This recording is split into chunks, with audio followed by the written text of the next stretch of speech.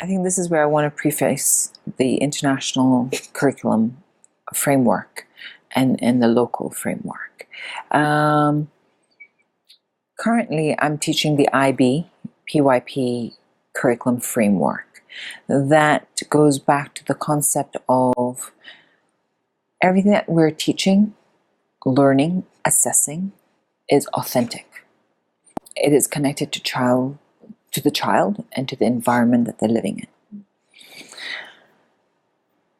And the learning engagements are such that they are helping students develop life skills.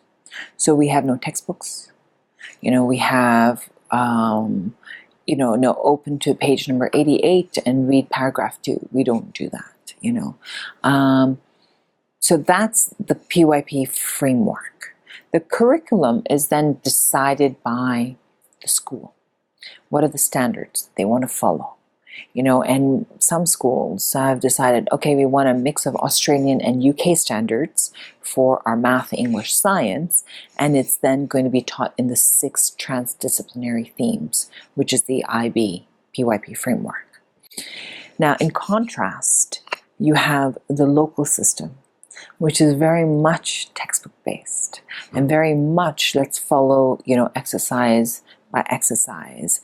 I think it is branching out. I think it is, some schools are definitely trying different ways and different strategies for teaching, and kudos to them for that. I don't know enough about the local system. I haven't been in the local system for a while to know how much life skills are taught. But I do know that a lot of academic pressure and grading is very much there in the primary section, especially for P6 when they have to do their test to graduate and go into their chosen secondary school. So coming back to what I'm teaching, yes, the learning engagements I designed are aimed to develop life skills, primarily communication, teamwork, and reading and writing. Now, with that, we always talk about, you know what, I may not like you, but I have to work with you. So I need to learn to respect you. I may not like your idea, but how am I going to communicate that? Am I going to throw a tantrum? Am I going to say, you know what, that's a really interesting idea, but maybe you want to try this, da-da-da. So that comes back to teamwork and communication. Now, again, for 10-and-a-half-year-olds, that's a tough call, right? Oftentimes they're going to be like, I don't like him. He's bad at soccer. He's not going to be good at teamwork or project work. And I'm like, hang on, sweetie.